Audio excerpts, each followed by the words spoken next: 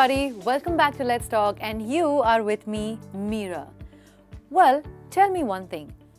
Do you ever find yourself in a conversation, in a group, where you become a statue just because you don't have a topic to talk on or you don't have sentences to fill in the conversations with? Or it could happen that you're a part of this conversation and suddenly nobody has anything else to speak about. What do you do in such a situation?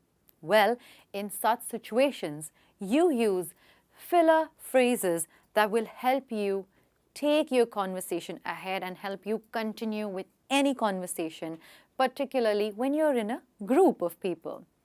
Well, I have got a lot of phrases for you today and I have highlighted them for you. You can actually explore and try various variables with the same phrases in different situations. Let me give you an example of the first phrase. That reminds me of. The phrase is that reminds me of. Think about this situation where people are talking about an experience of theirs or a story of theirs. Somebody has joined a new office and they are telling you this funny incident about their boss. Well, you don't have anything to say in particular, but it reminded you of something. Hence, the phrase can start with, that reminds me of. You can talk about a book, movie, story, and then ask them if they have seen it.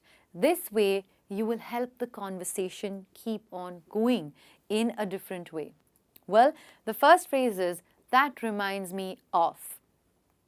Next, you have, what a great story. There you go. What a great story. Possibly, guys, you don't really know a lot of these stories, or you cannot be a relatable, conversational, active person in that conversation. However, suddenly, nobody has anything else to say. All the stories are over, all the jokes are over, and one person has just finished telling the story. Isn't that a little awkward and embarrassing to suddenly stop a conversation? Not anymore. Think about this. What a great story. You are encouraging the conversation. You are helping it move forward. What a great story. So, what did you do next? What is happening? You are allowing that person to continue. Correct? The second phrase is, what a great story. This is number one. There you go. And number two. Let me show you the next one. I have recently started. The phrase, the beginning of the phrase is, I have recently started. Anything that you have begun to do recently, or you've recently started watching a new series.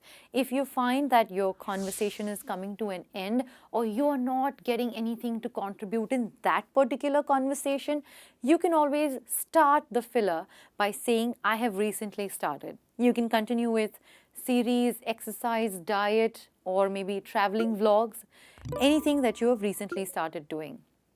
Have you seen it? Just a way of encouraging the conversation. There we go, guys. This is your third filler phrase, I have recently started. Here we go. What do you like the most about? The phrase is, what do you like most about? Here, you are talking about a certain topic. Maybe it could be a new series, it could be a new type of exercise, it could be about cycling, it could be about a phone, a laptop, anything. And here you go, you can start by saying, asking a question. What do you like most about?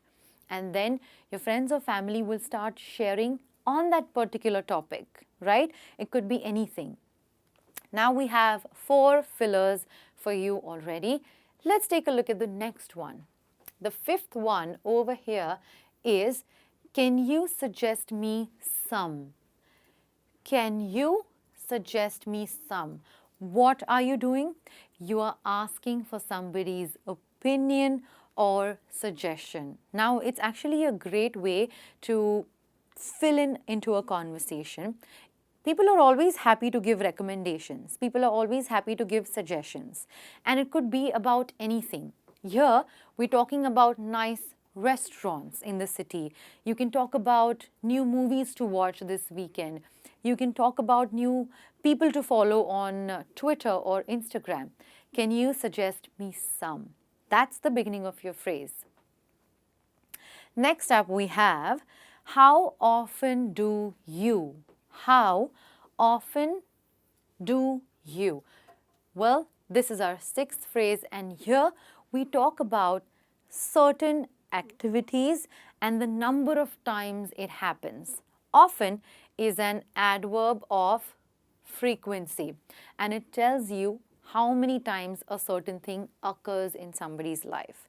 Here we can speak about trekking, traveling, vlogging, going to work, taking a holiday, going out of country or abroad, traveling. We can talk about seminars, webinars. I'm giving you options and options that you can continue this phrase with. How often do you? There we go, guys. Next up, I see that you. I see that you. Our seventh phrase begins with I see that you. It's a way of showing observation.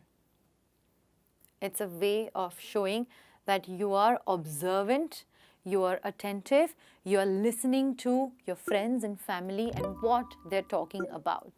I see that you shop a lot. I see that you enjoy shopping. Whenever some person talks a lot about a topic, you can observe and realize that they're very passionate about it. And you can go ahead, starting your phrase and then continuing with a question. You can again talk about suggestion to help the conversation keep on going. Can you suggest me some good stores? Right? Somebody is interested in shopping and you're asking for their suggestions so that it helps you in return as well and the conversation. The eighth phrase looks like this. Looks like you. Looks like you. Yes, it is quite similar to I see that you. Over here, again, you're talking about your capacity of listening, the way you're attentive and observant about what your friends are talking. They're talking about seminars here. They're talking about professional development, personal development, and here you are telling them, informing them by saying looks like you, continuing with attend a lot of seminars. Again, this shows that you're paying attention, that they're talking about seminars. You can continue by asking a question and asking for some details, suggestions. Can you share some details with me? Right?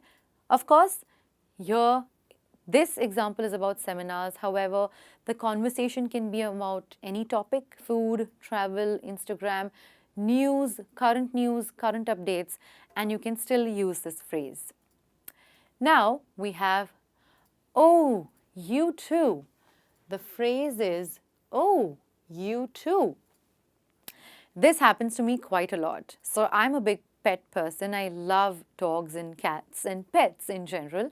So when I'm in a conversation and I realize that, okay, Michelle too is very passionate or she loves being around pets, then I would encourage and I could, out of excitement, I would start my filler with, oh, you too. That means, oh, you as well. Here, you actually show a common